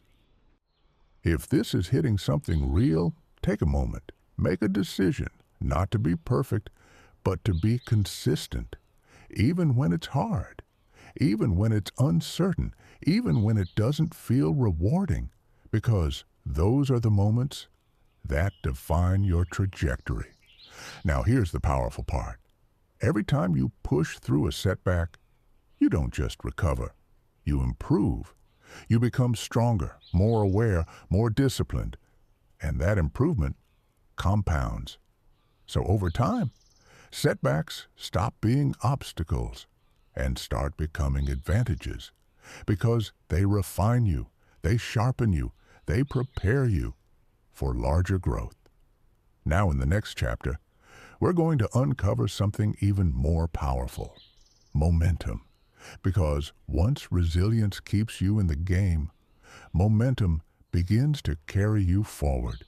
And when momentum builds, everything starts to feel different, faster, easier, more natural. And once you understand how momentum compounds, you'll realize that the hardest part was never growth. It was getting started and staying long enough for momentum to take over. Chapter 17, Momentum, when effort becomes force at the beginning. Everything feels heavy. Every action takes effort. Every decision requires discipline. Every step feels like resistance. You have to push yourself, remind yourself, force yourself to stay consistent. And it's exhausting, because nothing is carrying you yet. You are carrying everything. But if you stay, if you keep showing up, if you don't break the cycle, something begins to shift. Slowly, quietly, almost unnoticeably, momentum. And once momentum begins, everything changes, because now you're not just pushing forward, you're being carried forward. Let that sink in, because this is the moment most people never reach. Not because it's unavailable, but because they stop too early. Momentum is not built in a day. It is built through repetition, through consistency, through patience, through resilience. It is the result of everything you've been doing, stacking. And once it reaches a certain point, it takes over. Let's go deeper. Momentum reduces friction. What once felt difficult becomes natural. What once required effort becomes routine. What once felt slow starts to accelerate, because momentum creates flow, and flow is where compounding becomes visible. Think about a wheel. At the beginning, it's hard to move. You push, and it barely turns. You push again, and it moves slightly more. But if you keep pushing, if you stay consistent, eventually it starts spinning. And once it's spinning, you don't need as much effort to keep it going. That's momentum. And this is where people misunderstand growth. They think it should feel easy from the start, but ease is earned through repetition, through persistence, through staying long enough for momentum to build. Now here's the powerful part. Momentum compounds. The more you have, the easier it is to maintain, the easier it is to grow, the easier it is to expand, because momentum feeds itself, just like reinvestment, just like habits, just like identity. Everything begins to align. Your actions become smoother. Your decisions become faster. Your discipline becomes automatic. And suddenly, what once felt impossible feels inevitable. That's the shift, from force to flow. But here's the danger. Momentum can work both ways. Positive momentum builds growth. Negative momentum builds stagnation. If you repeat distraction, that compounds. If you repeat inconsistency, that compounds. If you repeat delay, that compounds. And over time, those patterns create their own momentum, one that pulls you backward, one that keeps you stuck, one that feels hard to break. That's why starting matters, but staying matters more. Because once you establish positive momentum, you don't want to lose it. Now let's go even deeper. Momentum changes your identity. At the beginning, you are someone trying to stay disciplined, trying to stay focused, trying to stay consistent. But once momentum builds, you become someone who does, who follows through, who shows up, who builds without hesitation, and that identity compounds. Because now, you don't need to convince yourself, you trust yourself, and trust is one of the most powerful forces in growth. Let me give you a simple truth. Momentum is what makes success feel easier over time. Not because the work disappears, but because you become stronger, more aligned, more consistent, more stable, and that stability allows compounding to accelerate. Now pause and ask yourself, am I building momentum or breaking it? Because every day you are either strengthening your cycle or interrupting it. There is no neutral. If this is hitting something real, take a moment. Commit to continuation, not perfection. Continuation, because momentum doesn't require perfect actions. It requires repeated ones. And repeated actions build unstoppable force over time. Now here's the powerful part. Once momentum takes over, you don't need to push as hard. You just need to stay aligned. Because the system is now working with you, not against you. And in the next chapter, we're going to uncover something that determines how far that momentum can take you. Vision. Because without a clear direction, even momentum can drift. But with vision, momentum becomes unstoppable. And once you align momentum with vision, you don't just grow, you build something that lasts. Chapter 18, Vision, the direction that compounds. Everything, momentum without direction, is movement without meaning. You can be consistent, you can be disciplined, you can even build momentum and still end up somewhere you never intended. Because momentum amplifies direction, not intention. Let that sink in. Because this is where many people drift. They build habits, they develop discipline, they stay consistent, but they never define where they're going. So their effort compounds in unclear directions, and over time, they feel busy, but not fulfilled. Active, but not aligned. This is where vision becomes critical, because vision gives compounding a destination. It tells your actions where to go. It gives your habits a purpose. It gives your consistency a reason. Without vision, you are building without a blueprint, and even strong systems can lead nowhere if they're not directed. Now let's go deeper. Vision is not just a goal. It's not something you write once and forget. Vision is clarity.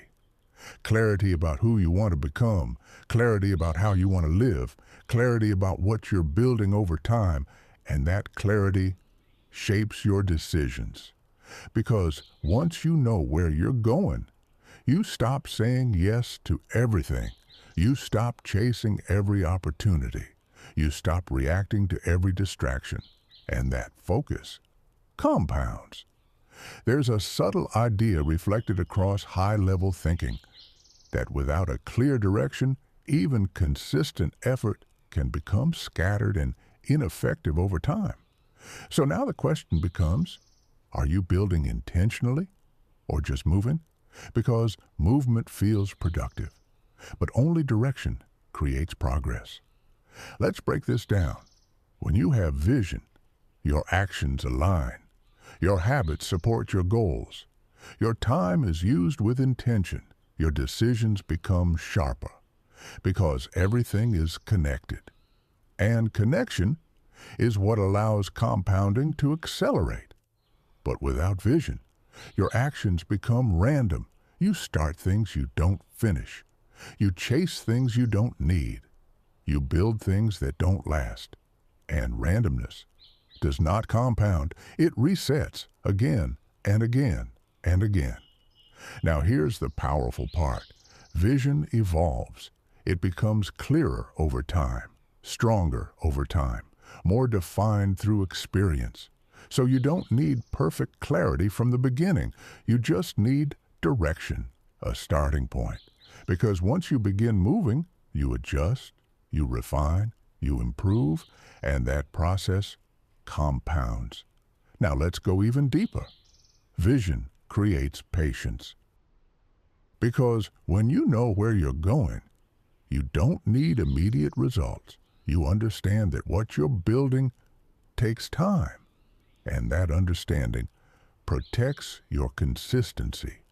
It keeps you grounded. It keeps you focused. It keeps you in the game, and staying in the game is where compounding wins. Let me give you a simple truth. Without vision, you will follow noise. With vision, you will filter it. And filtering is what protects your momentum. Now pause and ask yourself, what am I actually building? Not today, not this week, but long term. What is the direction of my life? Because that answer is guiding everything you do. If this is hitting something deeper, take a moment to find it. Not perfectly, but clearly enough to move. Because clarity doesn't come before action. It comes through action. Now here's the powerful shift. Once vision and momentum align, everything accelerates. Your effort becomes focused. Your habits become intentional. Your growth becomes directed. And directed growth compounds faster, stronger, more effectively. Because now, you're not just building. You're building something specific, something meaningful, something lasting. And in the next chapter, we're going to uncover something that determines how much of that growth you actually keep. Awareness. Because without awareness, you can be growing and still lose everything. But with awareness, you control the process. And control is what turns growth into long-term success. Chapter 19. Awareness, the control behind the system. You can build. You can grow. You can stay consistent. You can even create momentum and still lose everything. Not all at once, not dramatically, but slowly, quietly, without realizing it, because growth without awareness is unstable. Let that sink in, because this is where many people fall apart. They do the work. They follow the process. They stay disciplined, but they stop paying attention. They move on autopilot, and autopilot is dangerous. Because compounding is powerful, but it is also sensitive. Small mistakes, small leaks, small misalignments, they don't stay small. They grow, they multiply, and over time, They become gaps. Gaps in your progress, gaps in your discipline, gaps in your results. And eventually, those gaps become visible. But by then, they've already compounded. This is why awareness is everything.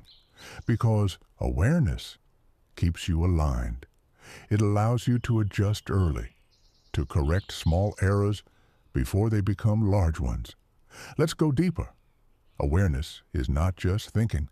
It's observing. It's stepping back and seeing clearly, what am I doing? What is working? What is not?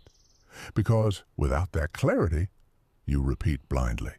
And blind repetition does not guarantee progress. It guarantees continuation. And continuation, without direction, leads nowhere. There's a powerful pattern reflected across high-level behavior that people don't usually fail suddenly. They drift slowly, without noticing the small changes that lead them off course. Think about that. Failure is rarely a single moment. It is a series of unnoticed shifts. And awareness is what stops that. Now here's the shift. Stop assuming you're on the right path. Start checking regularly, honestly, without emotion, because awareness requires truth. Not comfort, not excuses, truth. Now let's make this practical. Awareness asks questions, simple ones. Am I still consistent? Am I still focused? Am I still aligned with my vision? Because the moment you stop asking, you start drifting. And drifting compounds. Let me give you a simple truth. You don't lose progress all at once. You lose it gradually by not noticing. That's why awareness is protection. It protects your habits. It protects your momentum. It protects your direction. And protection is what allows compounding to continue. Now here's the deeper layer. Awareness also reveals opportunity. Because when you pay attention, you see patterns. You notice what works. You recognize what accelerates your growth. And once you see those patterns, you can repeat them intentionally. And intentional repetition compounds faster. So awareness is not just defensive, it's also strategic. It allows you to refine your system, to improve your rate of growth, to build more effectively over time. Now pause and ask yourself, when was the last time I truly stepped back and evaluated my direction? Not reacted, evaluated. Because that moment is where clarity is built, and clarity is what keeps you aligned. If this is hitting something real, take a moment, create space to reflect, to observe, to adjust. Because growth is not just about moving forward, it's about staying on track. Now here's the powerful part. When awareness becomes a habit, you stop drifting, you stop reacting blindly, you become intentional, and intentional action is what compounds the fastest. Because now, every step is aligned, every decision is conscious, every action is deliberate, and that level of clarity changes everything. Because now, you're not just building, you're building intelligently, and intelligent growth lasts. Now, in the next chapter, we're going to uncover something that determines how far your compounding can actually go. Expansion. Because once your system is stable, once your momentum is strong, once your awareness is sharp, there comes a moment where you can scale. And scaling is where small systems become powerful outcomes. Chapter 20. Expansion. When small systems become powerful outcomes. There comes a moment when everything you've built starts to feel stable. Your habits are consistent. Your focus is sharper. Your discipline is stronger. Your system is working. You're no longer forcing progress. You're maintaining it. And that's when a new question appears. What's next? Because compounding doesn't stop at stability. It opens the door to expansion, and expansion is where growth begins to scale. Let that sink in. Because this is where the shift happens, from building to multiplying. Up until now, you've been creating a foundation, a system that works, a rhythm that holds, a structure that compounds. But once that system becomes stable, you can expand it carefully, intentionally, powerfully. Let's go deeper. Expansion is not about doing more. It's about doing more of what already works. That's the difference. Most people try to expand too early, before they have consistency, before they have clarity, before they have control. And when they do, everything breaks, because expansion amplifies everything, the good and the bad.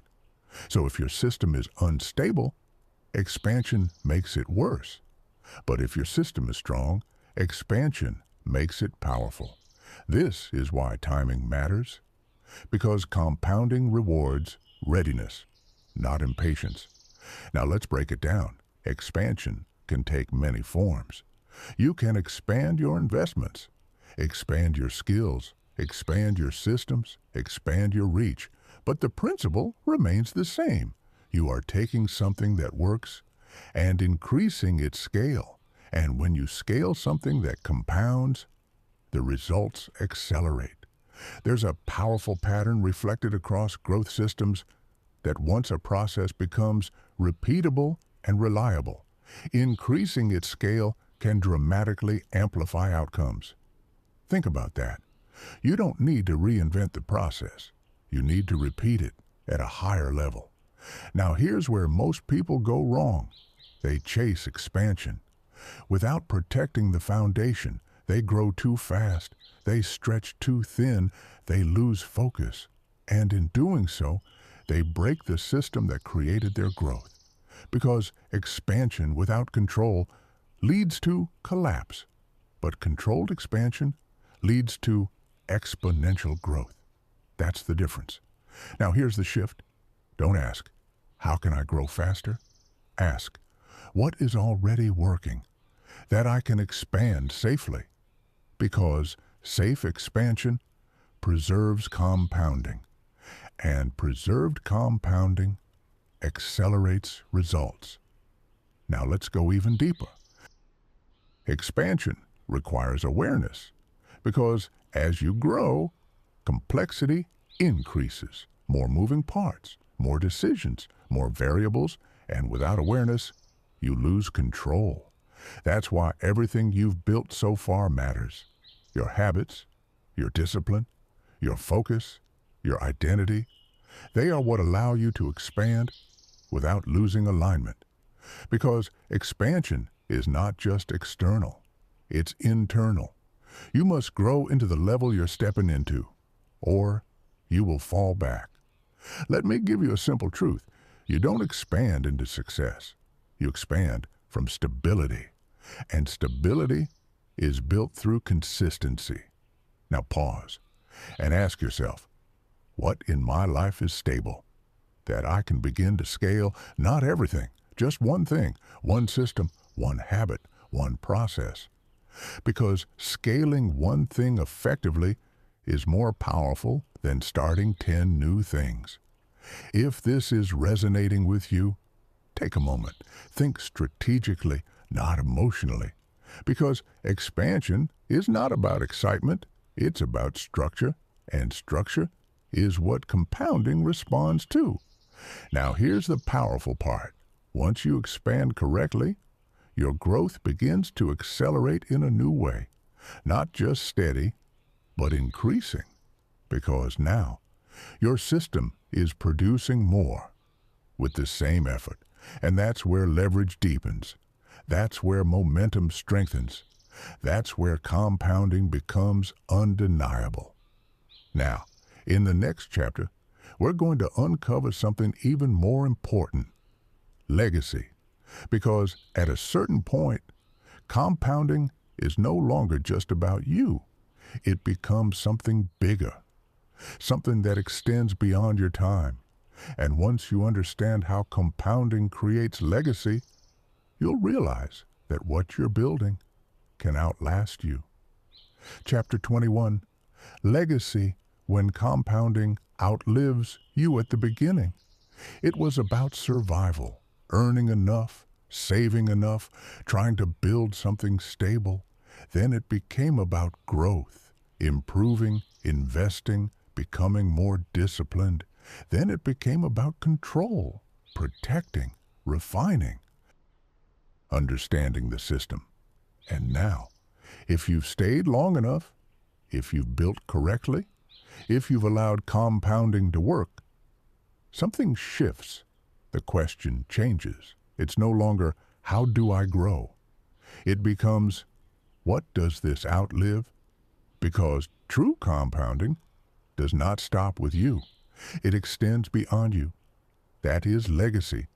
And most people never think this far because they're stuck in the early stages, trying to build, trying to stabilize, trying to understand.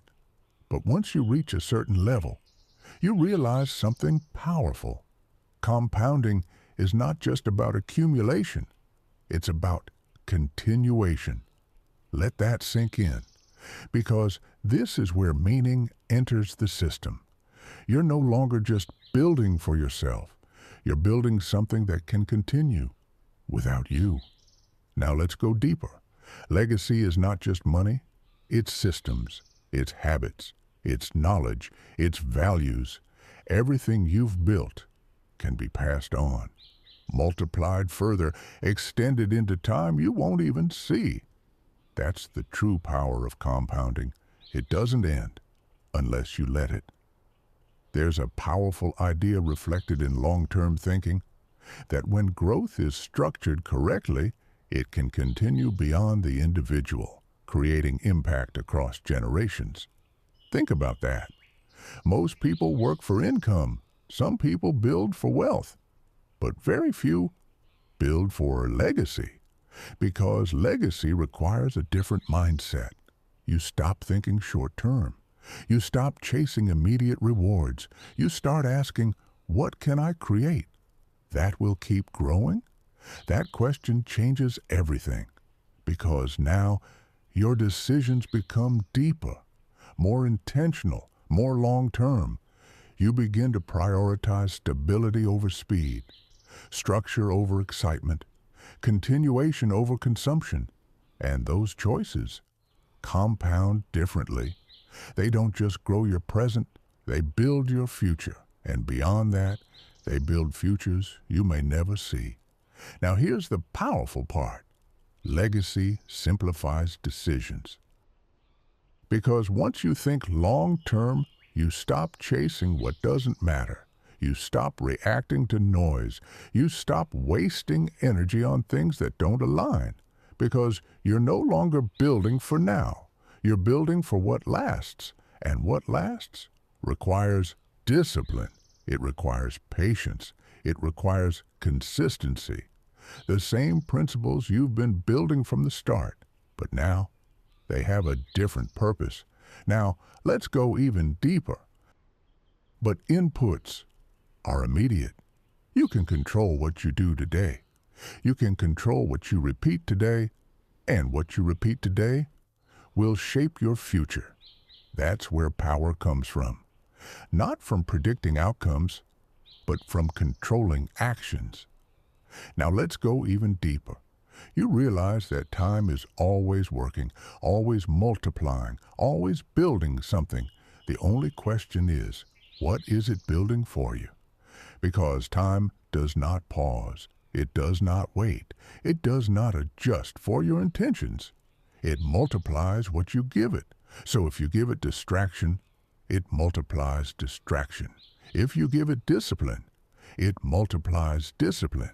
If you give it growth, it multiplies growth. That is the law. Now pause and feel that. Not just understand it, feel it, because this is where responsibility becomes real. You are not just living, you are compounding every day with every choice. Now here's the final shift. You don't need to be perfect. You don't need to have everything figured out. You don't need to move fast. You need to be consistent, because consistency is what activates the law. And once the law is active, everything begins to build, quietly, relentlessly, powerfully. Now let me leave you with this. If this journey resonated with you, if something in this audiobook shifted your perspective, then don't let it stop here. Make it real. Take one idea, one habit, one decision, and commit to it. Because that commitment is the beginning of your compounding. And if this message reached you, take a moment. Make it visible, like this video, not for us, but as a contract with yourself, a signal that you're not just listening, you're acting. Share in the comments what you're going to start compounding from today. One action, one shift, one commitment, because clarity grows stronger when it is expressed. And if you're ready to stay consistent, to build something real, to align your life with growth, then subscribe. Not just to follow content, but to stay accountable to your own evolution. Because this is not just information. This is a path. And paths are walked, not watched. Now here's the final truth. Your future is not decided by what you want, but by what you repeat.